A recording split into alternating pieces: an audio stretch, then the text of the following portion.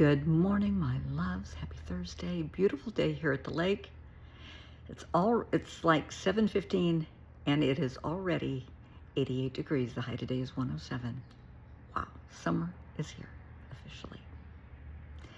We are discussing people, all ages, so frustrated they can't even express how they feel.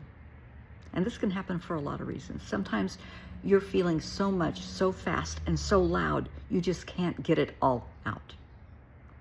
Other times, due to trauma, it's kind of locked in. You become nonverbal.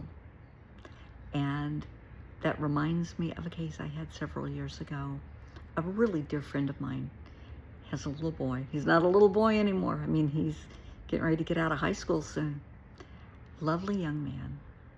Had been a victim of horrific abuse by an adult since he was a baby.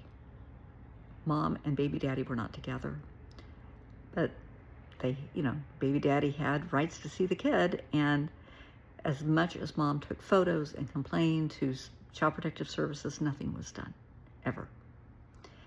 Well, the little boy became nonverbal. It was that bad. It was awful. And one day she reached out to me and she said, "Is there something you can do?" I mean, he had been in therapy, he was in special classes, and it was just horrifically sad. Lovely child, very gentle, loved animals, but just, there was so much, he just could not talk. I said, I'm in. Absolutely. And for me, in my opinion, if you can't express yourself verbally, you can try one of two things. Well, three things, I guess. You can try journaling. Now, for little ones, that's not always easy. They may not know how to write yet. But if you're older, you can try journaling to get your thoughts down. And if that is the path you choose, whatever is in that journal is private. Nobody can look at your journal. It's your thoughts. It's your life. It's your feelings. Also, music. Love music. Music is wonderful. You can dance, you can sing, you can hum, you can listen, you can write, you can play music. And of course, art. Drawing, painting is wonderful to express yourself. And I want you to keep this in mind when you encounter someone that is going through something so big they can't talk about it. There are avenues, there are options to get that out. So this friend of mine that has a little boy that had been horribly traumatized, was locked in, just couldn't speak. Okay, I sent him, it's called, look it up on Amazon or Google or whatever. They're called Steel, S-T-E-E-L, Tongue, T-O-N-G-U-E, drums. You've seen them on commercials, you've seen them on the internet. They're just the round little drum that's metal, and you tap it with your hands. And I knew this little guy needed to get that off his chest. Whatever was going on, let's express it, because it was eating him up alive. Being locked into all those emotions and all those feelings 24/7. So I FaceTimed them, because with my clients, that's what I do. And I said, okay, here's the deal. I got your present. You're going to love it. And you have to FaceTime me when you get it. I want to see you open it. They were, really excited. Mom knew what was going on. Finally arrived. FaceTime me. He opened it, and his eyes were big. Didn't quite know what to do. And so I told him what to do. Take your hands and just tap it. And it's like bells ringing. And the look on his face, I mean, he just lit up. His heart lit up. It was amazing. He said, I want you to take this, and I want you to go in your room. I want you to play. I want you to sing. Hum, sing, just go for it. He grabbed it and he ran off to his room, and you could hear him in there. Within a few days, he was verbal. He just needed an avenue to get all of that out. It's not that he didn't know how to speak. He couldn't. The emotions were so big, he just couldn't. when he was graduating 8th grade. This is big. He was mainstreamed. He had been in special classes. He was going to be mainstreamed. And yeah, I'd been working with him quite a while. I bought him a guitar and sent it. He loved it. And it taught him I had faith in him. I knew he had outgrown the tongue drum. And this was cool. This is something he could play his entire life. And, you know, there's all different avenues of music you can go down. And he loved it. Now, I think in another year, he'll be graduating high school. And I'm so proud of him. And I'm proud of the parents for allowing me to work with him and to being open to my suggestions of using music, because it worked. For others, it's art. If you encounter someone, maybe you are someone, or you have a child or a family member that just, there's so much going on, they just can't talk about it. Introduce them to music and let it be their music, whatever they want, not what you like, what they want, what speaks to their soul. And don't criticize them.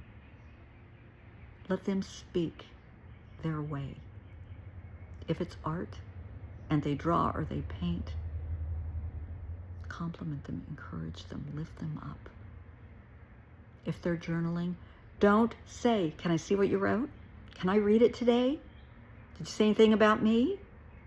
If you're mom or dad and you stumble, or a sibling and you stumble, sorry, the mosquitoes are out already, and you stumble across the journal, don't say, "Can I read it?"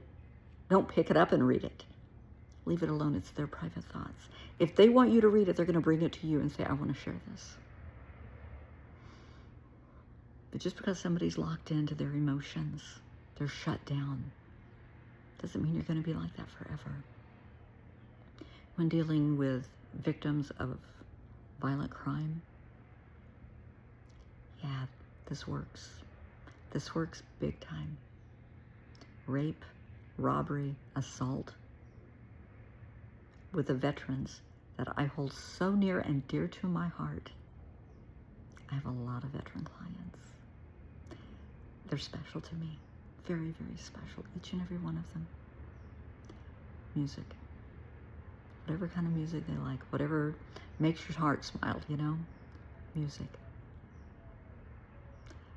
For the most part, because people that come back from war, and even violent crimes for that matter, they may be missing some limbs. They may not be able to play a drum or a keyboard or a guitar.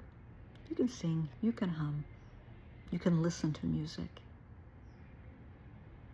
There are ways to express yourself, to get all of those feelings out. I don't want you to keep them bottled up, because it's like a cancer eating at your soul. You are worthy of being free and happy and expressing yourself. And I don't want you to give one rat's ass if people believe what you say, believe what you sing, believe what you write or draw. It's your story, not theirs. It's not up to them. You're living it. They're not. It's your truth, not theirs. I want you to stand tall and proud in that you're brave enough to take on the challenge of expressing your thoughts and your feelings, because it's big. And when you start doing this, you go from victim to survivor. Once you pick up that instrument, once you pick up the paint, the pen, the pencil, whatever it is, you're transitioning right then, right there, from victim to survivor.